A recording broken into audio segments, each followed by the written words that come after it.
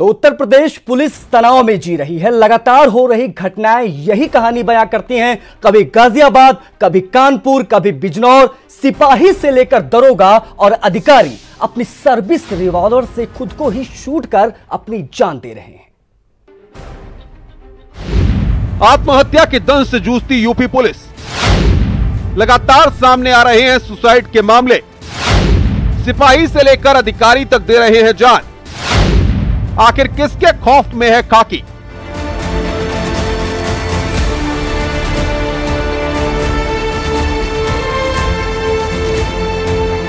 उत्तर प्रदेश की पुलिस में सब कुछ ठीक नहीं चल रहा है। कहीं आईपीएस खुद को गोली मार ले रहा है तो कहीं जहर खा ले रहा है। वहीं निचले स्तर पर सिपाही से लेकर दरोगा तक अपनी जान दे रहे हैं। हालात ये हैं कि लगातार सामने आ रहे मामलों से पुलिस महकमा भी दहला हुआ है। नौकरी का दबाव और पारिवारिक उलझनों से निपटने में पुलिस अफसर और कर्मी किस कदर खुद को कमजोर महसूस कर रहे हैं, ये सवाल अब हर किसी के जहन में है। लगातार मामले बढ़ते जा रहे हैं। पुलिस बल में आत्महत्या के मामले सामने आ रहे हैं, जिसमें पुलिस अधिकारियों के आत्महत्या करने के मामले भी सामने आए हैं, जिसमें पुलिस कर्मियों में तनाव और हताशा एक बड़ा कारण सामने निकल कर आ रहा है।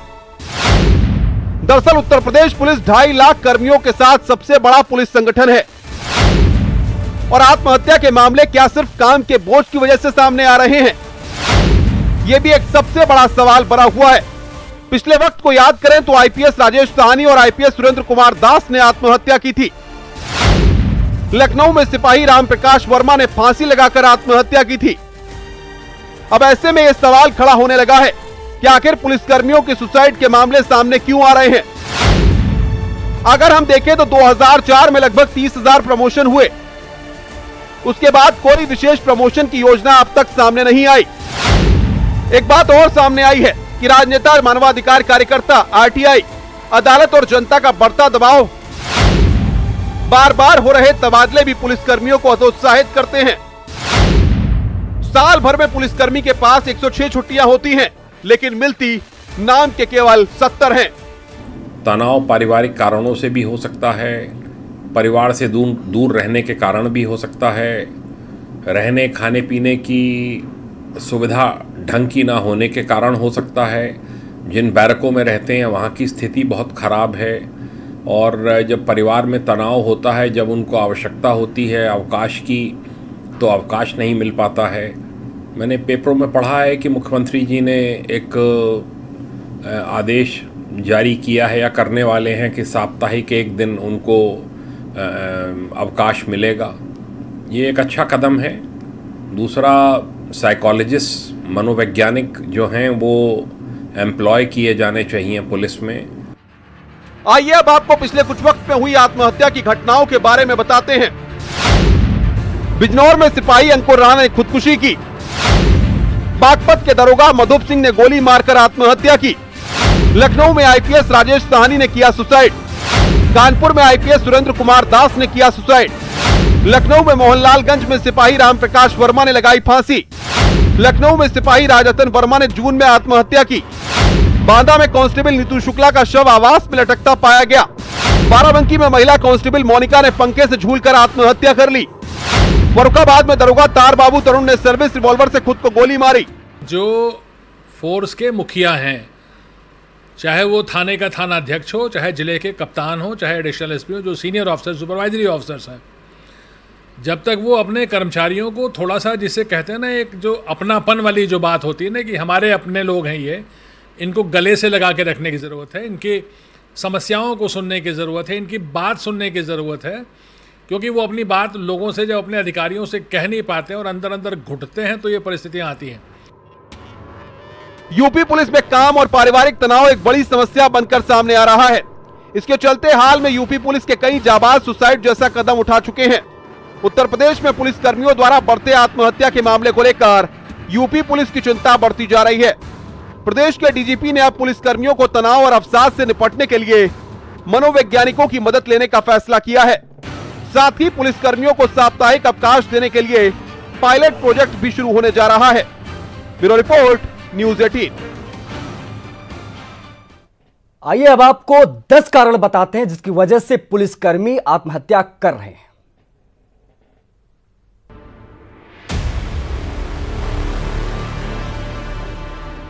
तो आइए अब आपको बताते हैं कि पुलिसकर्मी आत्महत्या जैसे कदम क्यों उठाते हैं। पहला कारण परिवार से दूरी और कम वेतन। दूसरा कारण तनाव, हताशा और काम का बोझ। तीसरा कारण राजनेता, मानवाधिकार कार्यकर्ता, आरटीआई, अदालत और जनता का दबाव। चौथा कारण बार बार तबादले पुलिसकर्मियों को हतोत्साहित करते हैं। पांचवा कारण नौकरी का दबाव और पारिवारिक उलझने। छठा कारण पुलिसकर्मियों की छुट्टी हुई एक बड़ी समस्या है। सातवां कारण सिपाहियों से लेकर अधिकारियों के बीच तालमेल नहीं रहता। आठवां कारण 24 घंटे में किसी भी वक्त ड्यूटी पर तैनात कर दिया जाता है। नौवां कारण त्योहारों में छुट्टी न मिलना, प्रोत्साहन की कमी भी एक बड़ा कारण है। 10वां कारण पुलिस अधिकारियों द्वारा जूनियर का शोषण करना। Bureau report, news 18। Vikram Singh, पूर्व डीजीपी उत्तर प्रदेश पुलिस, इस वक्त हमारे साथ सीधा लाइव जुड़ गए हैं। सर, कुछ लिस्ट हमारे पास आपको बताना चाहूंगा। कानपुर में आईपीएस सुरेंद्र कुमार दास, लखनऊ में आईपीएस राजेश सहानी, बागपत के दरोगा मधुप सिंह, बिजनौर में सिपाही अंकुर राणा। बड़ी लंबी फहरिस्त है सर, और पिछले साल 1.5 साल के अंदर हमने ये देखा है कि लगातार हम अपने जाबाजों को खोते जा रहे हैं। आपके हिसाब से क्या वजह है कि इस वजह से लोग आत्महत्या जैसे कदम उठाने को मजबूर हो जाते हैं?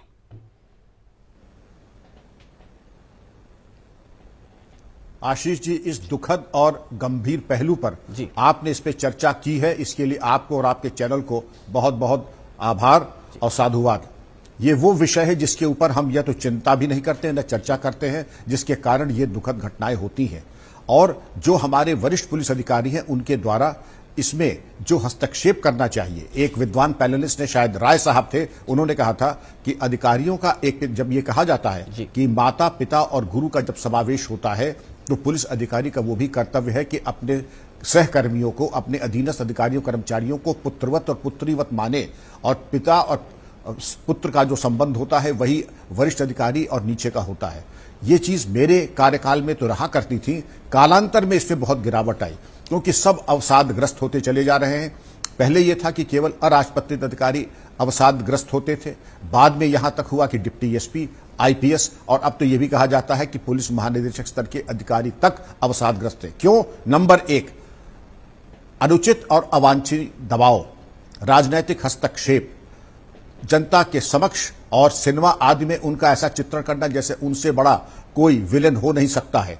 आप कुछ भी काम कर लें, ये 2 लाइनें आ जाती हैं, जब चमन को थी जरूरत तब खून दिया हमने, और जब बाहर आई तो चमन ने पूछा तेरी जरूरत क्या है।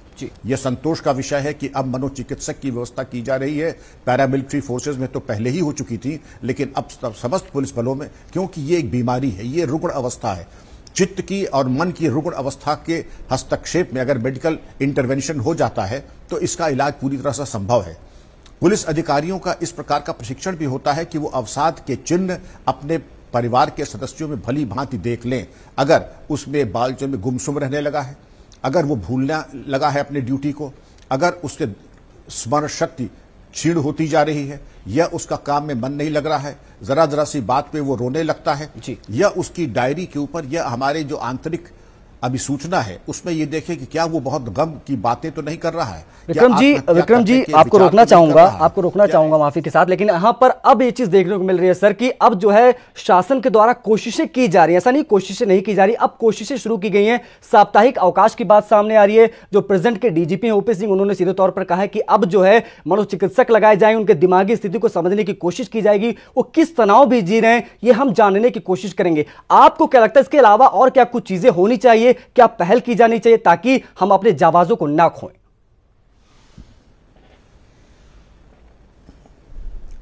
मनोचिकित्सक तो तब हस्तक्षेप करेगा जब बीमारी आ चुकी होगी। बीमारी को आने ही न दें, प्यार से 2 बातें कर लें, यह संदेश दें कि हम तुम्हारे पिता के समान हैं। जितनी ड्यूटियां लगेंगी बिल्कुल नियमानुसार लगेंगी, किसी का प्रति कोई पक्षपात नहीं होगा।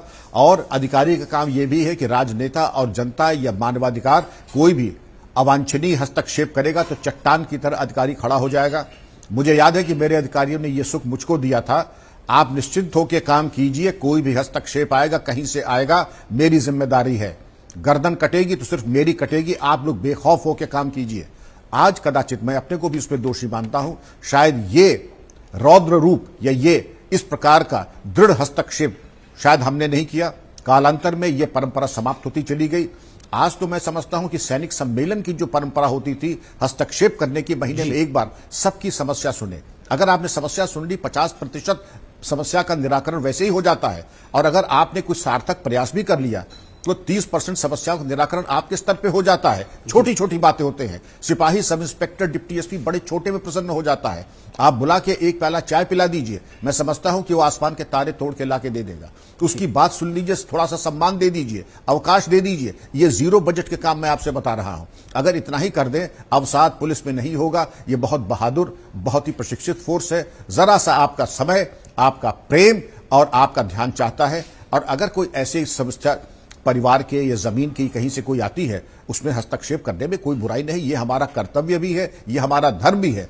ये कर्मचारी हमारे अधीनस्थ नहीं, हमारे परिवार के सदस्य हैं। तो कहने से नहीं, इसको करके दिखाने की जरूरत है। बिल्कुल विक्रम जी, सीधे तौर पर जो आपने कहा, हमारे परिवार के सदस्य हैं, उनको उसी तरह से ट्रीट करना चाहिए। इस चीज जरूरत भी है। प्यार के भूखा हर कोई होता है। अगर थोड़ा सा सम्मान, थोड़ा सा प्यार उनको मिलता है तो जाहिर सी बात है शायद ये घटना रुक सके। बहुत बहुत शुक्रिया हमसे जुड़ने के लिए और अपने तमाम अनुभवों को हमसे साझा करने, तमाम सजेशन के लिए भी आपका बहुत बहुत शुक्रिया सर।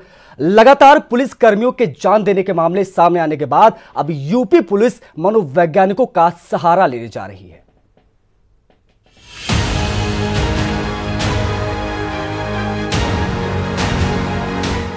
गाजियाबाद और बिजनौर में पुलिसकर्मियों की आत्महत्या की घटनाओं के बाद अब यूपी पुलिस में अवसाद खत्म करने के लिए मनोवैज्ञानिकों का सहारा लिया जाएगा। डीजीपी ओपी सिंह ने सभी जिलों में पुलिसकर्मियों की मनोवैज्ञानिक स्थिति की जांच के आदेश दिए हैं और जोनल स्तर पर मनोवैज्ञानिकों की मदद से पुलिस कर्मियों का मेंटल स्ट्रेस खत्म करने की कवायद शुरू की गई है। यूपी के पुलिस वालों का मानसिक अवसाद खत्म करने के लिए यूपी पुलिस अब मनोवैज्ञानिकों का सहारा लेगी। बीते 24 घंटे में गाजियाबाद और बिजनौर में सिपाही और दरोगा के द्वारा की गई आत्महत्या की घटना के बाद अब यूपी पुलिस मेंटल स्ट्रेस कम करने की कवायद शुरू करने जा रही है। अब मनोवैज्ञानिक पुलिस वालों की मानसिक स्थिति और मेंटल स्ट्रेस लेवल चेक करेंगे। डीजीपी ओपी सिंह ने सभी जिलों के कप्तान से लेकर रेंज आईजी और जोन एडीजी को पुलिस कर्मियों के मेंटल स्टेटस की रिपोर्ट बनाने को कहा है। डीजीपी ने जोनल स्तर पर मनोवैज्ञानिक पूल बनाए जाने का निर्देश दिया है। साथ ही पुलिस कर्मियों के मानसिक अवसाद और तनाव से निपटने के लिए जोन के प्रतिष्ठित विश्वविद्यालय और संस्थानों से बेहतर मनोवैज्ञानिक की मदद ली जाएगी। हर महीने हर पुलिसकर्मी का चेकअप, कैंप में निजी और प्रोफेशनल हालात की जांच कर रिपोर्ट तैयार की जाएगी। मेंटल स्ट्रेस की रिपोर्ट हर माह अधिकारियों को सौंपी जाएगी। लखनऊ विश्वविद्यालय से बायोफीड लैब की मशीन से पुलिसकर्मियों का स्ट्रेस लेवल नापा जाएगा। इतना ही नहीं, रेगुलर सेशन चलाकर पुलिसकर्मियों का स्ट्रेस लेवल खत्म किया जाएगा। डीजीपी ने सभी अफसरों को जनपद स्तर पर तनावग्रस्त पुलिसकर्मियों को चिन्हित कर मनोवैज्ञानिकों से उनकी काउंसलिंग जल्द शुरू करने के आदेश दिए हैं। Bureau report, news 18 Uttar Pradesh. UP police विभाग के कर्मचारियों को अब हफ्ते में एक दिन साप्ताहिक अवकाश भी देने जा रही है। पुलिस को वीकली ऑफ दिए जाने पर डीजीपी ओपी सिंह ने कहा है कि पायलट प्रोजेक्ट के तौर पर कानपुर नगर और बाराबंकी में यह व्यवस्था लागू की जाएगी। उनके मुताबिक दोनों जिलों के मूल्यांकन के बाद अन्य जिलों में इसे लागू करने पर फैसला किया जाएगा। सरकार के इस फैसले को लेकर सिपाहियों में खुशी का माहौल है। उन्होंने प्रदेश सरकार के इस कदम की सराहना भी की है। पुलिस विभाग के अधिकारी व पुलिस कर्मियों को मानसिक अवसाद व थकावट से दूर रखने के लिए प्रदेश सरकार ने एक बहुत बड़ा कदम उठाया है।